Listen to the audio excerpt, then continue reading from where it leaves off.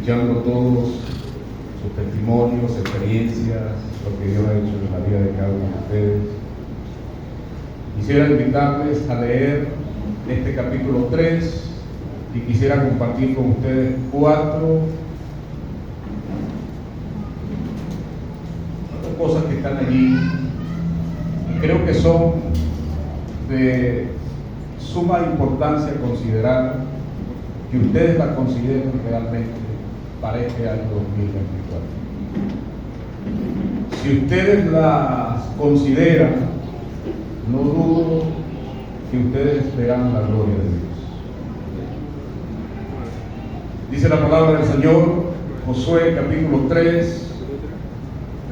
Josué se levantó de mañana y él y todos los hijos de Israel partieron de Sitín. Sitín era la última etapa que el pueblo de Dios tenía que hacer desde que salieron de Egipto y están ya próximos a entrar a la tierra que el Señor les había prometido. Partieron de Sitín y vinieron hasta el Jordán, el gran río Jordán, donde el Señor Jesucristo, por cierto, se bautizó. Y reposaron allí antes de pasar.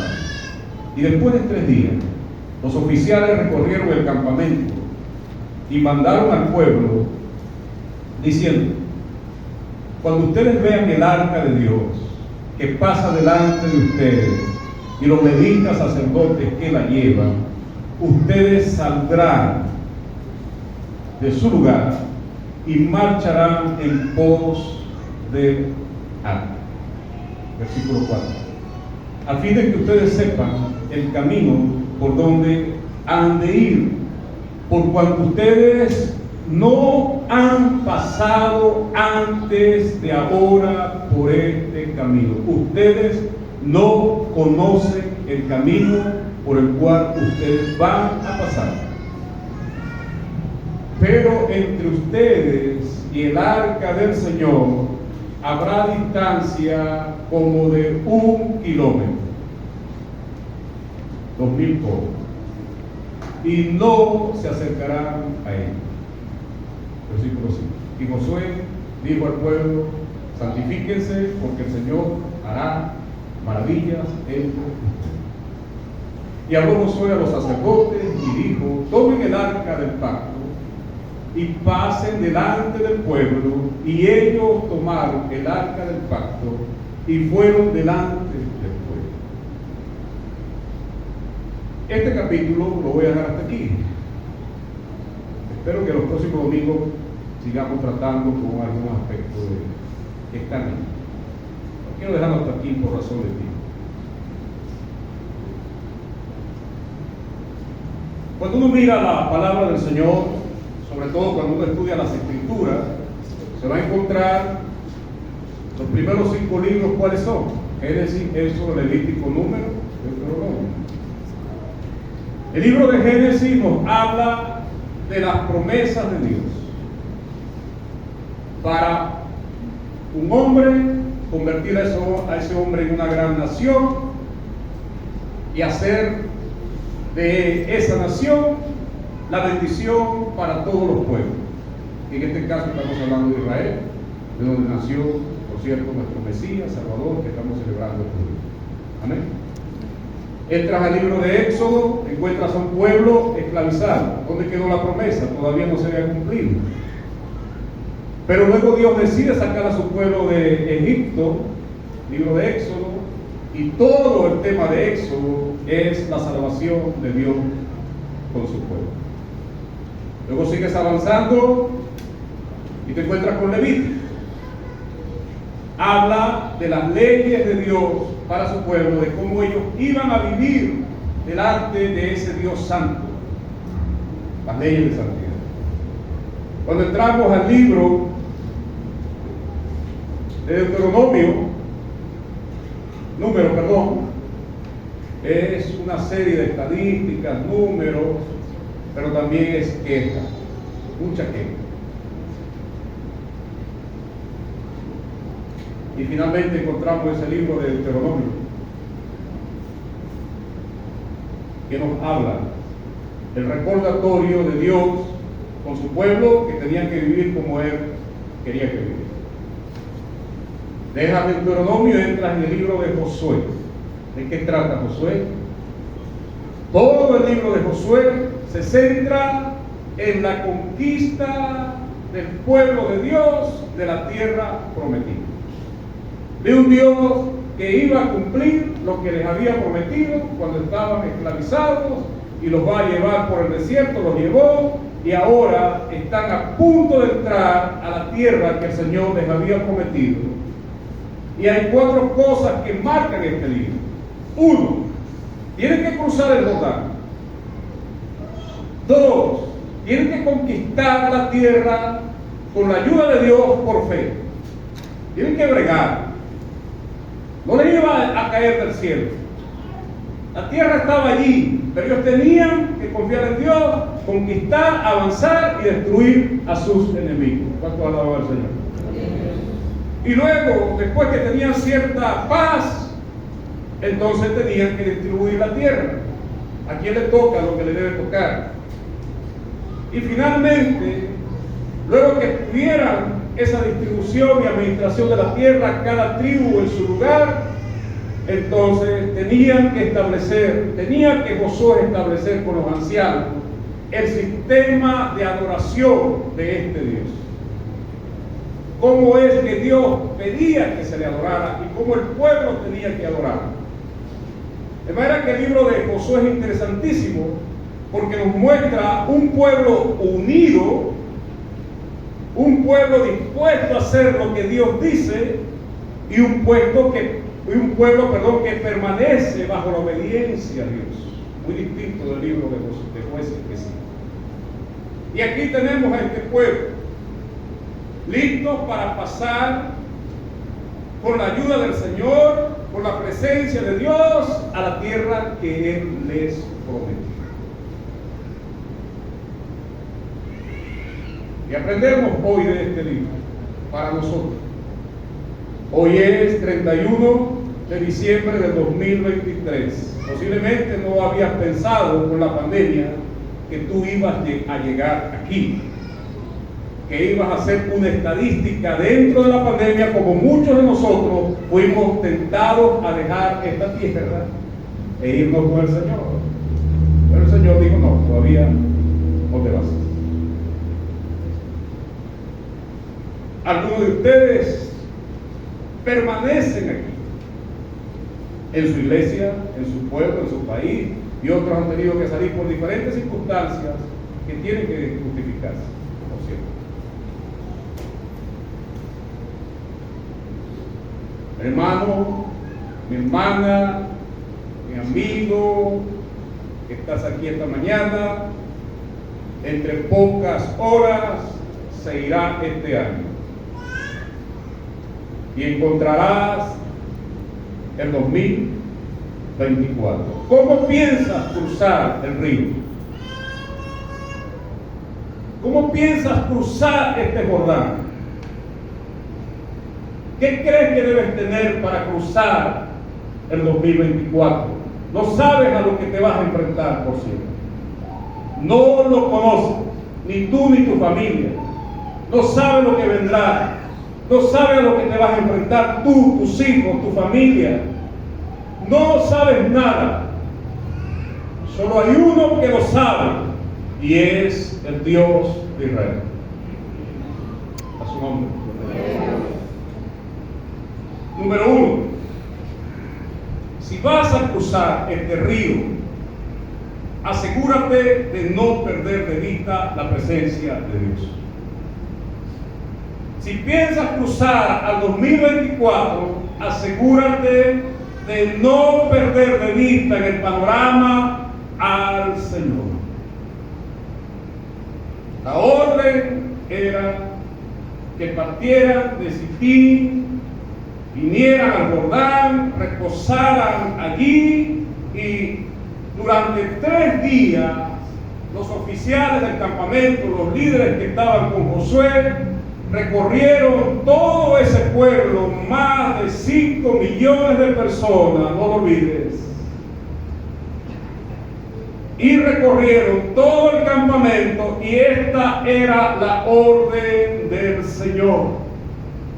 Cuando ustedes vean que el arca del Señor, el arca donde la presencia de Dios estaba, el arca del pacto, lo que no entienden, quiero explicar algo de esto.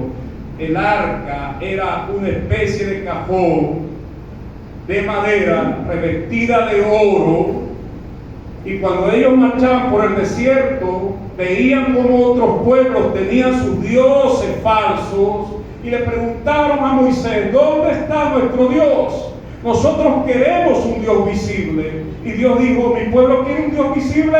Moisés, hazme un arca, revístela de oro, y yo descenderé desde los cielos y entraré en el arca. La chequina en el hebreo, la gloria de Dios, literalmente estaba en el arca allí. Gloria a Dios. Dios estaba con su pueblo. Eso no era cualquier cajita. Nadie podía tocarla. Nadie podía acercarse a ella. Nada menos, leíste conmigo, permanezcan retirados. ¿Cuánta distancia? Cerca de 1 kilómetro, 2000 codos. Permanezcan retirada de ella. Y hoy te voy a explicar algo más de esto. Realmente Dios estaba con su pueblo, a su nombre. Y ellos tenían que estar a la expectativa, bien temprano, muy de mañana, muy temprano. Tenían que tener todo en orden, las maletas arregladas, la familia lista, bien vestida. ¿Y dónde tenían que fijar sus ojos? En los sacerdotes. Y cuando los sacerdotes se movieran y ellos vieran que el arca del Señor, bendito sea su nombre, pasara delante de ellos, todo el pueblo tenía que ir y marchar en pos de ella. Hermano, si tú quieres cruzar este 2024, asegúrate de no perder de vista la presencia de Dios. Y eso significa que tienes que estar apercibido espiritualmente para saber por dónde va el Señor, por dónde marcha nuestro Dios, cuál es su voluntad. Y ahora te pregunto, ¿cómo está ahorita tu relación con el Señor para cruzar este río? Porque si ahorita has perdido de vista al Señor, vas a tener dificultades. Pero por eso es este mensaje, para que tu vista espiritual se aclare, asumas que Dios es Dios, y si no has creído en el Señor, hoy es el día de tu salvación para recibir a Cristo. Pero asegúrate que Dios está en el escenario delante de ti y no lo pierdas de vista. ¿Cómo está tu relación ahorita, mi hermano, mi hermana, con el Señor? Si está bien, amén. Si necesitas algunos ajustes, ¿qué harás hoy? Y te voy a ayudar con el mensaje. Número 2. Asegúrate que la presencia de Dios sea tu guía. ¿Has visto en el pasado cuando la gente no encontraba una dirección telefónica? ¿Qué hacía? Busquen las páginas del libro, la guía amarilla, y usted buscaba, y no solamente encontraba un número telefónico, usted encontraba la dirección, ¿sí o no? Hoy se ha modernizado. Usted va por un lugar, se pierde, carga un celular, tecnología. ¿Qué hace? Activa el GPS, pone la dirección y llega. Claro que sí, porque tiene ese aparatico que lo va guiando y usted está seguro que va bien. Cruce a la derecha, cruce a la izquierda, tantos kilómetros, tantos metros, estás a 5 minutos de tu destino y usted va bien. Pero qué terrible es estar en un lugar y usted no carga ni GPS ni nada y está perdido y no sabe cómo llegar. Por favor, lea conmigo el versículo 4, perdón. Asegúrate que la presencia de Dios sea tu guía. Versículo 4. A fin de que sepan el camino por donde han de ir, por cuanto ustedes nunca han pasado por ese camino. Eso no era cualquier cosa. Estamos hablando de calles asfaltadas, pavimentadas, de ciudades que se iban a encontrar. No. Estamos hablando de valles espesos, fieras en el camino, maleantes, gente mala, enemigos de Israel. Y si no seguías el arca de Dios, te ibas a perder en el camino e ibas a morir junto con la familia. Por eso ellos tenían que asegurarse de que el arca de Dios estuviera a la vista, y el sentido era que el Señor sí sabía cómo llegar a la primera ciudad, que es Jericó, para conquistar. Hermano, si sabes el camino, este año que representa decisiones que vas a tomar, situaciones que se te van a presentar y que tienes que saber qué es lo que debes de hacer, asegúrate, por favor, que Dios esté en el asunto, que Dios sea tu guía, porque si no corres el riesgo de extraviarte y no saber por dónde andas. Y hay caminos que al hombre le parecen caminos de bendición, pero su camino es un camino desolador.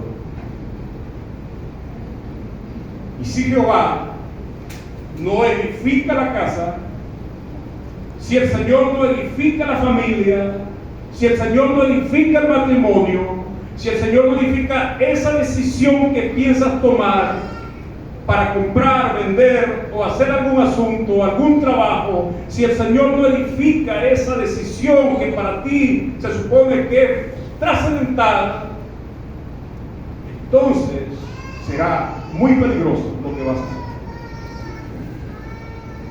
Pero si el Señor está allí, puedes caminar con seguridad y confianza. Cada decisión, cada plan, asegúrate que Dios esté en el asunto. Cruzarás el 2024. Asegúrate que el Señor sea tu guía. Amén. Número 3. Asegúrate de permanecer en la presencia de Dios. Cuando nosotros las cosas nos están funcionando bien, irónicamente, lo que sucede es que tendemos de perder de vista al Señor y de confiar menos en Él y confiamos más en nosotros. Ahora, cuando estás en una crisis, has probado la experiencia, ¿verdad? Tienes más tiempo de refugiarte en el Señor, buscas al Señor cuando nunca habías pensado que ibas a orar a las 3 de la mañana, a las 4 de la mañana, y no aflojas el asunto, y oras y ayunas y permaneces en vigilia y vienes a los cultos de oración de la iglesia. Bueno, mi hermano, nosotros necesitamos permanecer en la presencia de Dios, porque este río Jordán empieza en enero y termina otra vez en diciembre. Y serán 365 días de batalla espiritual, por si no lo sabías. Porque el primero que te está esperando cuando cruces este río Jordán es el enemigo de tu alma. Por si no te acuerdas de eso. ¿Sabías que hiciste un pacto con Dios y te has ganado un enemigo extraordinario? Y no descansa, no duerme, no agarra reposo y está esperando a la vuelta de la esquina a ver por dónde caminas y a ver lo que hace y cómo lo hace, si te apartas o te acercas a Dios. Pues ese enemigo está al cruzar el río Jordán y no te va a decir bienvenido. Por eso asegúrate de permanecer en la presencia de Dios durante todo este 2020.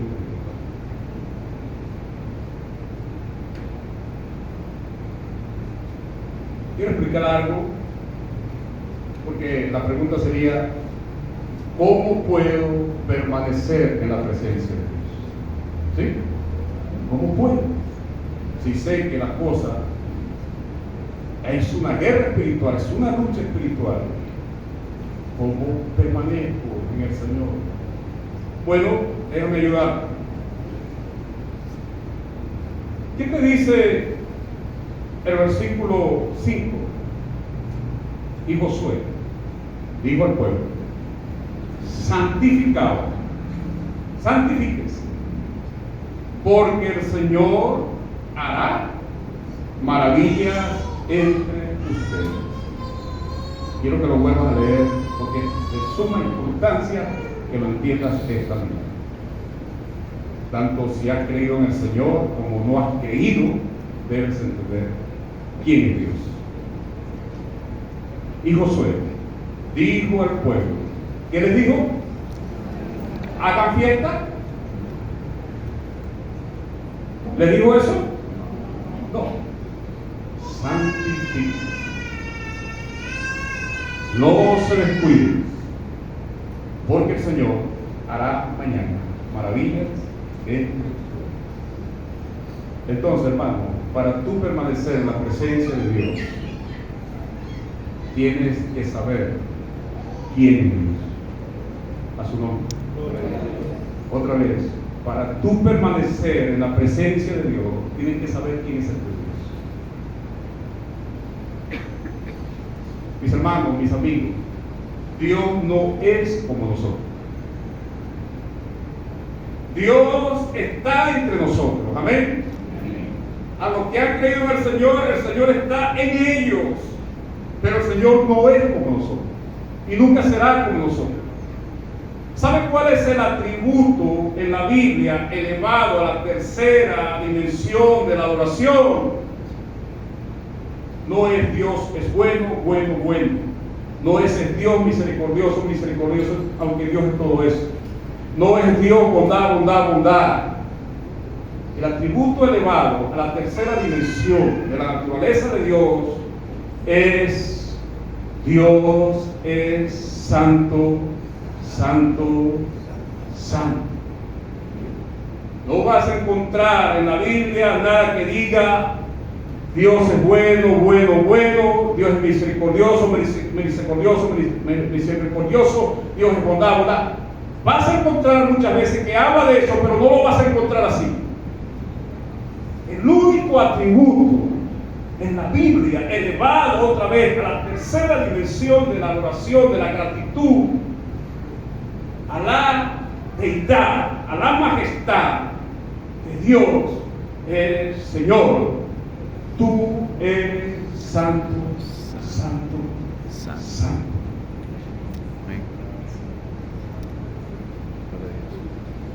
El arca de Dios estaba entre los filisteos, porque los filisteos tomaron el arca de Dios prisionera. Y mientras esa arca de Dios estaba, la presencia de Dios allí estaba entre los filisteos, pusieron el arca del Señor delante de Dagón, su dios, su ídolo, los filisteos, para que el Dios de Israel le brindara adoración a Dagón. Y en la mañana, Dagón estaba postrado ante el arca. Los filisteos volvieron a levantar a Dagón, volvieron a poner el arca delante de Dagón, y en la mañana la cabeza de Dagón, los pies de Dagón, los brazos de Dagón estaban rotos, postrados ante el arca. Hermano, Dios no es como nosotros. ¿Saben? Lo que más me preocupa hoy de la iglesia es que muchos creen lo que las redes sociales le presentan. Presentan un Dios bonachón, presentan un Dios gracioso, presentan un Dios como que fuera humano y desfiguran en sus mentes los cristianos la majestad de su Dios, y por eso viven llenos de temores, de preocupaciones, vacíos, aún siendo cristianos, porque ese evangelio no los va a llenar. A su nombre. Yo necesito saber quién es mi Dios. Manténganse a 1 kilómetro de él. Cuando regresaron el arca, porque los filisteos comenzaron a enfermarse, y llamaron a sus sabios: ¿por qué nos estamos enfermando? Y los sabios dijeron: bueno, lo que pasa es que el arca del Dios de Israel está entre nosotros. Y se asustaron. Regresen. Y la regresaron.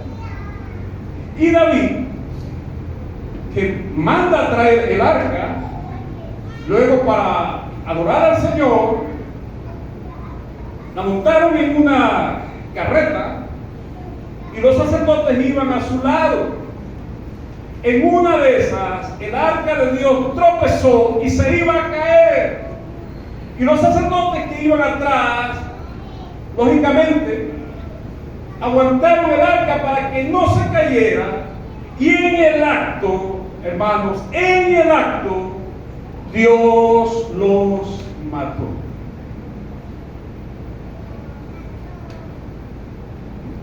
Nunca han escuchado esta historia, ¿verdad? ¿No te asustes? Ese es el Dios de Israel. No es para que te asustes, es para que lo adores, es para que lo reverencies, es para que lo tomes en cuenta, que Dios no es como nosotros. Hermano, Dios es un Dios de gracia, pero Dios no es un Dios gracioso. ¿Ven la diferencia? Dios ministra a nuestros corazones gracia, siempre. Pero Dios no es gracioso cuando nos salimos fuera de su voluntad. No lo veas así. Hermano, Dios es un Dios de misericordia. Pero Dios no es un Dios permisivo.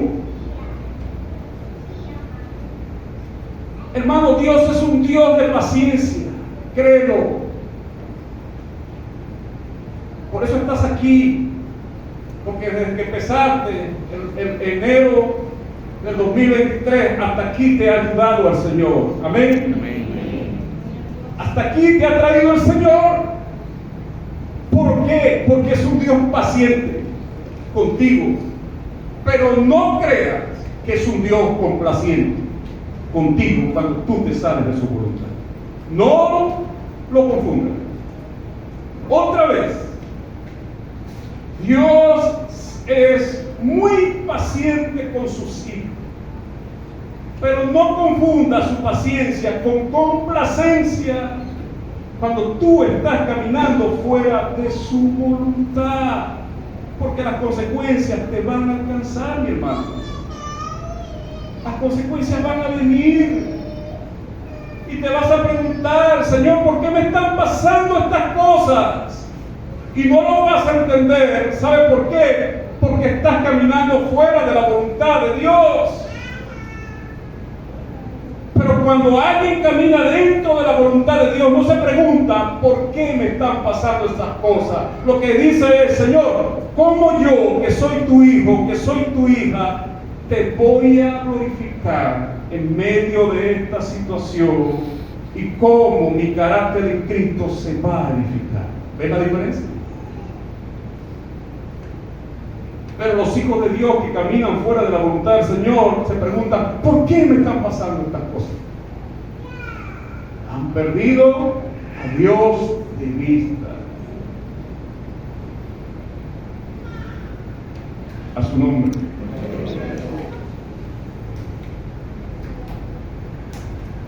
El atributo, otra vez, elevado a la tercera dimensión de la adoración y de la majestad, es Dios es santo, santo, santo. No lo olvides. ¿Cómo me aseguro de permanecer en la presencia de Dios? Bueno, entendiendo la santidad de Dios. Entendiendo quién es Él. No es que está retirado allá y yo estoy aquí, pero sé que debo acercarme a mi Dios, a mi Padre, con respeto, con adoración, conociendo que Él es santo. Amén. Hermano, tú y yo batallamos con el pecado todos los días, ¿sí? Pero en la medida que uno va a la Biblia y redescubre y vuelve a redescubrir que es Dios, uno se da cuenta cuán insuficientes somos para luchar solo y cuán grande es Dios quien nos puede sostener. Y eso, lejos de sacarme de fuera de Él, más bien me hace que yo lo adore, reverencie y tenga la confianza y la seguridad que Él está actuando en mi vida, a pesar de mi insuficiencia. ¿Cómo te aseguras de permanecer en la presencia del Señor? Bueno, que nada robe tu santidad. Otra vez, asegúrate que nada esté robando tu santidad. Cuando cruces ahora el 2024, sabes que el primero que te va a dar, no te va a dar la bienvenida, ya sabes quién va a ser. Bueno, entonces asegúrate que de hoy para mañana nada esté robando tu santidad. Nada esté claudicando tu santidad, porque vas a empezar a cruzarte y serán 365 días. Asegúrate que nada ni nadie robe tu santidad. Asegúrate de elevar tu espiritualidad, mi hermano, mi hermana. ¿Sabes? Se dice que el termómetro espiritual de una iglesia, se dice, son los cultos de oración.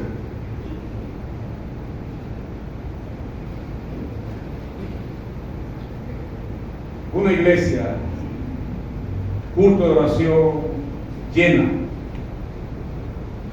pudiera ser un termómetro espiritual que los miembros de esa iglesia están buscando decididamente la presencia de Dios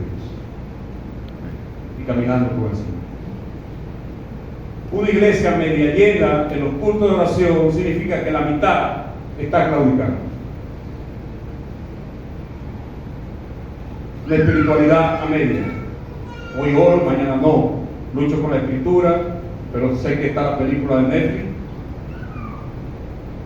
¿Qué hago? Último capítulo, no me lo quiero perder. Señor, tú me entiendes, tú me comprenderás. Cierro mi Biblia, voy a Netflix. 2 horas, has perdido espiritualidad.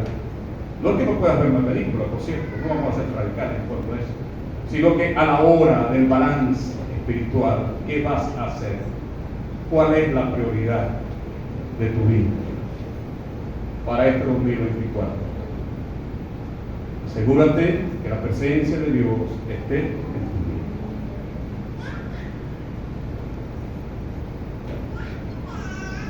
vida. Una iglesia con pocos miembros de esa iglesia asistiendo a los cultos de oración es una iglesia que quizá líderes, pastor, son los que están batallando al frente de batalla, pero los demás están cómodos.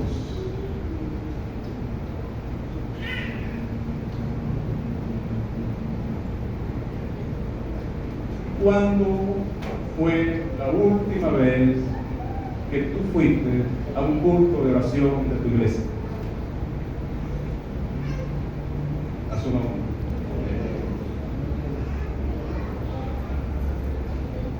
No me mire con rabia. Hábleme en este día.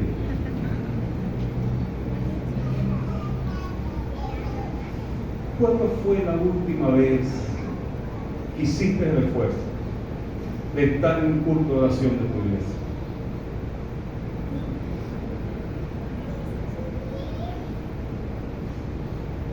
Porque me tocaba predicar.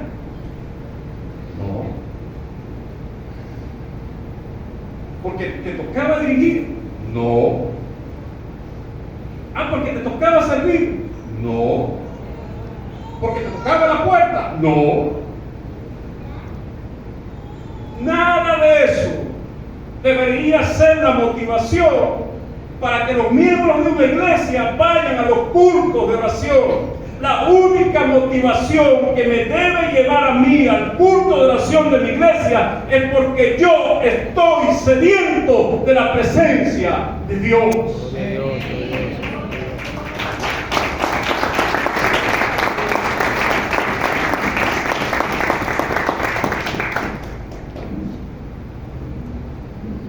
Como el siervo brama por las corrientes del agua, así clama Dios, el alma mía. Hermano, lo único que garantiza que tú permanezcas tranquilo, en paz, seguro, es que estés lleno de la presencia de Dios. Amén. Es eso. ¿Qué te importa a ti si otros te toman en cuenta o no te toman en cuenta? ¿Vas a caer en depresión? ¿Vas a caer en melancolía? ¿Qué me importa a mí eso? Lo que me importa es que Dios me diga, está lleno de mi presencia, y eso te basta. Más nada. Más nada. Más nada, hermano. Lo que debe interesarte a ti en este 2024 es estar lleno de la presencia de Dios. Más nada. Asegúrate de eso. Mide tu espiritualidad ahorita y reflexiona cómo está tu espiritualidad. Ayer, por cierto, me invitaron a un grupo de evangelistas. Me invitaron a almorzar. Por cierto, me vine, no almorcé, porque la sopa empezó a la 1 y eran las 4 y la sopa estaba toda. Me voy, hermano, me voy. Pero esos evangelistas estaban conmigo allí, me rodearon y yo me tuve que sentar. 2 horas, prácticamente fueron 2 conferencias con ellos sentaditos, hablando de las cosas del liderazgo y todo lo demás. Pero surgió un tema interesante de liderazgo. Y yo le decía a él, hablando de la vida de Elías, el profeta Elías, interesante.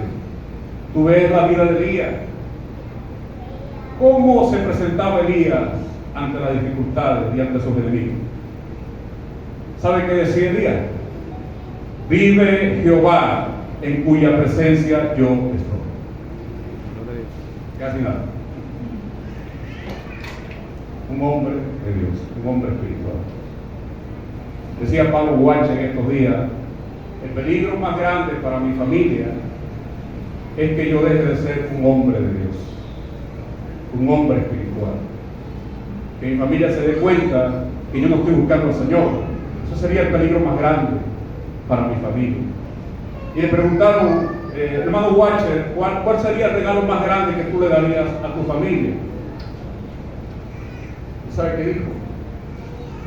El regalo más grande que yo le puedo dar a mi familia es que ellos vean en mí la presencia del Señor.